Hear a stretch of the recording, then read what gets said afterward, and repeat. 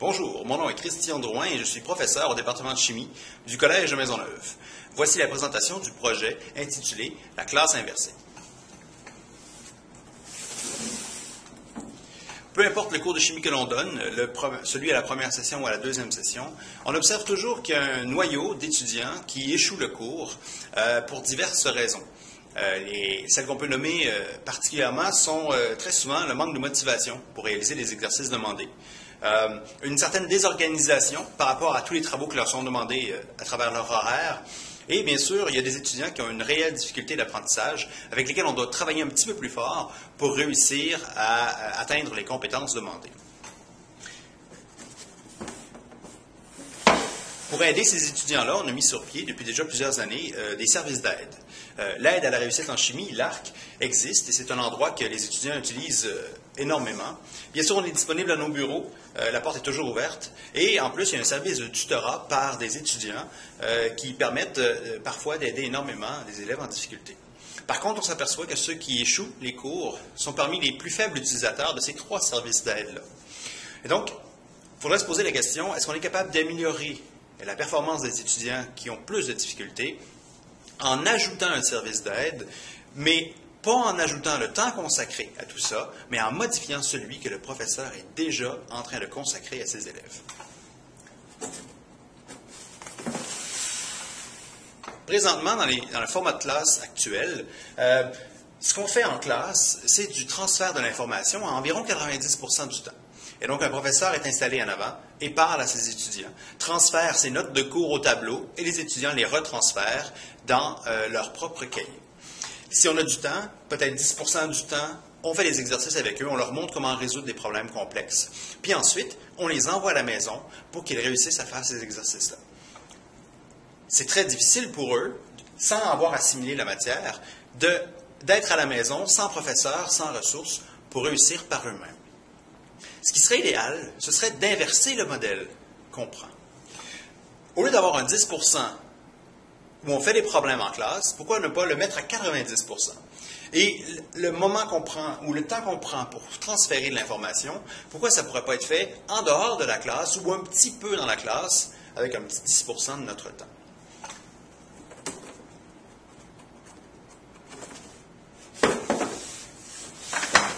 De cette façon, le professeur ne serait plus un professeur qui fait carrément la lecture de ses notes de cours ou qui donne de l'information à ses étudiants, mais il serait plutôt présent pour répondre aux questions, partager de l'information, prévenir les erreurs des étudiants et immédiatement cibler ceux qui ont plus de misère.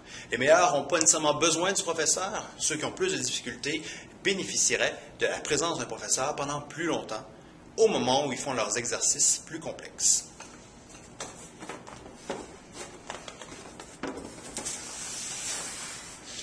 Le cours qui serait sous format de classe inversée serait séparé en 3 étapes. La première étape, ce serait la prise de notes. Les étudiants peuvent facilement prendre des notes. Ils sont capables de le faire à partir du manuel de cours qui est déjà distribué ou encore de mini-capsules vidéo que le professeur pourrait bâtir lui-même pour enseigner à ses étudiants, mais en dehors de la classe. Ces deux choses-là, la lecture du manuel ou le visionnement de capsules vidéo se fait forcément en dehors de la classe et donc pas dans le temps où le professeur peut être le plus utile. Ce qui reste à faire en classe, c'est de vérifier si les étudiants ont bien pris leurs notes de cours ou ont bien compris ce qu'ils ont pris en note. Et donc le professeur peut prendre un peu de temps pour questionner les étudiants de façon intelligente pour vérifier leur compréhension primaire. Ensuite, la majorité du temps passé en classe serait utilisée pour carrément approfondir les notions qui ont été prises en note, les mettre au défi d'utiliser leur capacité de réflexion pour résoudre des problèmes, les aider dans leur cheminement. C'est vraiment cette partie-là qui leur cause le plus de problèmes. Pourquoi ne pas le faire en classe avec le professeur?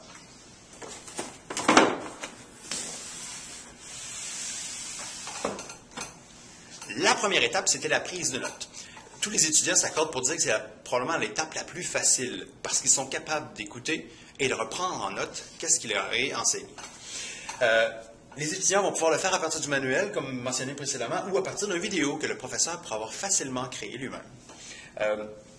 L'avantage des vidéos, c'est la très grande disponibilité des formats. C'est-à-dire qu'on peut le visionner sur un ordinateur, sur un téléphone portable, sur un iPod. Ça pourrait être distribué par DVD ou par Internet.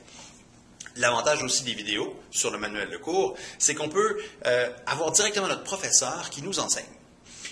Étant donné que la plupart des vidéos sont montées directement sur la matière précise, les étudiants se sentent en confiance parce que c'est leur professeur qui leur dit exactement ce qu'ils doivent apprendre pour l'examen.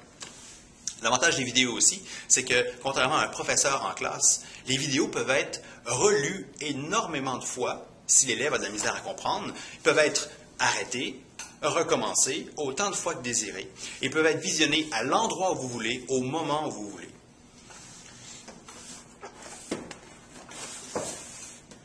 Ensuite vient l'étape du questionnement en classe.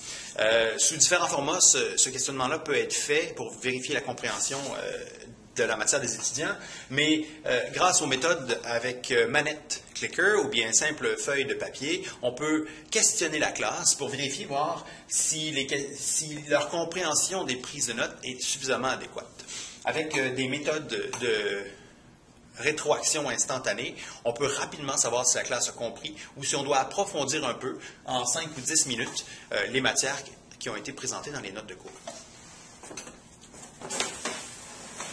Le gros du projet vise à créer des activités dirigées en classe qui prennent la majorité de la période pour que le professeur puisse mettre au défi les étudiants et les aider dans leur travail immédiatement et cibler les élèves qui ont de la misère, corriger les erreurs qui ont pu se glisser, perfectionner les raisonnements, etc.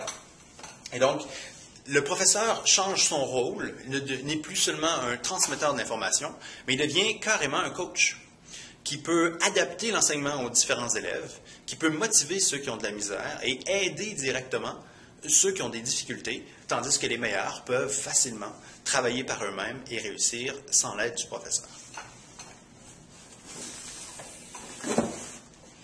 L'idée derrière ce projet-là, c'est de trouver plus de temps pour le professeur. Et donc, en inversant la classe, le temps utilisé en classe que les élèves déjà utilisent serait utilisé pour aider les étudiants qui ont plus de problèmes, plutôt que de transmettre l'information à la moyenne de la classe et à tout le monde. C'est sûr que ce projet-là risque de responsabiliser les étudiants, mais ça ne se fait pas au détriment de leur donner plus de travail. C'est une redistribution du travail qui est fait. Si vous avez des questions, n'hésitez pas à me rejoindre à monsieurprofdechimie@hotmail.com ou à visiter le site web enseigneravectnt.wordpress.com. Bonne journée.